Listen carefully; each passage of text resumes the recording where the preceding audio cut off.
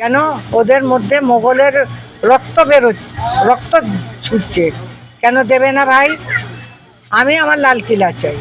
আমরা এই মুহূর্তে রয়েছি হাওড়ার হরসার রোড লাগোয়া বস্তিতে দিন গুজরাচ্ছেন মুঘলদের শেষ বেগম। ভারতের ইতিহাসে জ্বলজ্বল করছে মুঘল সম্রাটদের ইতিহাস, কিন্তু সেই বেগমের জীবন অন্ধকারাচ্ছন্ন। হাওড়ার বস্তিতেই চরম অভাবে দিন কাটাচ্ছে মুঘলদের শেষ বেগম সুলতানা।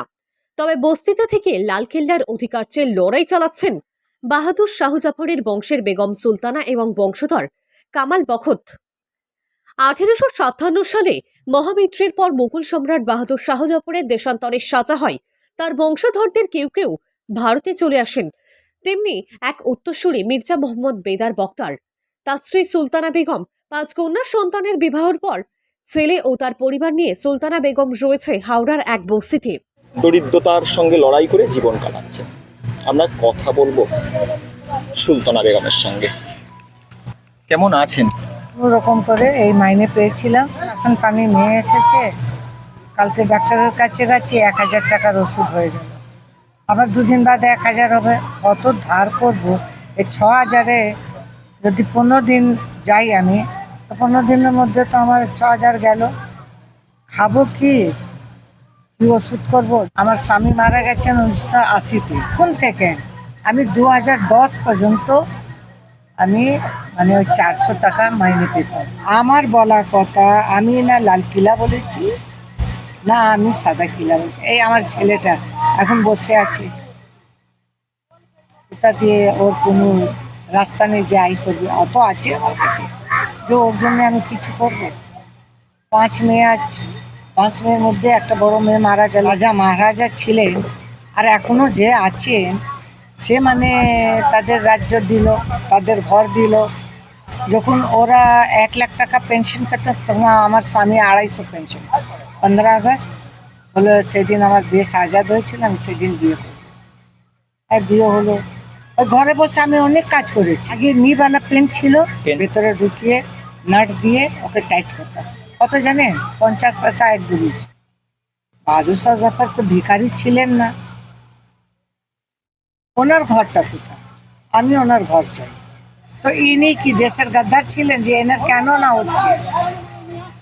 আমি এটা চাই, আর আমার ঘর চাই। ভারতের ইতিহাসে মোগল সাম্রাজ্য জ্বলজ্বল করছে, তবে সেই মোগল সাম্রাজ্যের যে বেগম, অন্ধকারাচ্ছন্ন জীবন নিয়েই লড়াই চালাচ্ছেন সুলতানা বেগম। গৌরবময় বংশ পরিচয় হলেও মুঘল বেগমের ঠিকানা এখন গঙ্গা নদী লাগোয়া বস্তি। কলকাতার তালতলার পর গত প্রায় 41 বছর হাওড়ার এই বস্তির একখানা ভাড়া বাড়িতে ঠাঁই হয়েছে ঘিঞ্জি এলাকা। ছোট টালির ছাউনি, কোনো রকমে মাথা ঢাকা। ছোট একখানি জানালা, ঘরের মধ্যে ঠিকমতো আলো পর্যন্ত প্রবেশ করে না। ছেলের হাতে কাজ নেই, সংসারে নুন আনতে পান্তা ফুরাই। আজকে আমার ছেলে মেয়ে এরকম অবস্থায় আছে। আমি যে এই যে লড়াই করছি 2003 থেকে, তো কিসের জন্য? আমার নিজের জন্য নেই। আমি কি একটা রুটি খাবো, একটা কাপড়, কিন্তু আমার বাচ্চা, আমি লড়াই এরকম করছি যে কি আমার অধিকার যদি আমি পাই, তো আমার বাচ্চারা তো ভালো থাকবে। কেন ওদের মধ্যে মোগলের রক্ত ছুটছে, কেন দেবে না ভাই? আমি আমার লালকিল্লা চাই। কিছু সম্মান পাইনি।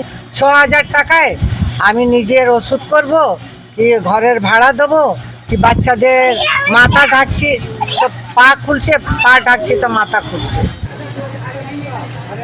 যেরকম আম পাবলিক থাকে সেইভাবে আমিও আছি।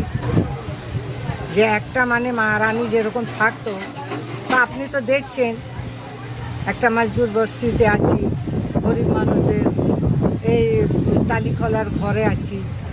এইটা আমি জানি আমার লালকিল্লা আছে। মহারাজাদের ঘর মাহেল সব ফেরত দিল, তো লালকিল্লা তো আমার বংশধরের, সেটা আমার অধিকার। পার্লিমেন্টের কিতাবে আমার স্বামীর নাম আছে, আর আমার পেনশন অর্ডারে বাহাদুর শাহ জাফরের উইডো সুলতানা বেগম, বেদার বক্তের সুলতানা বেগম ওপেন লেখা আছে। তো এ তো গভর্নমেন্টকে মানতেই হবে।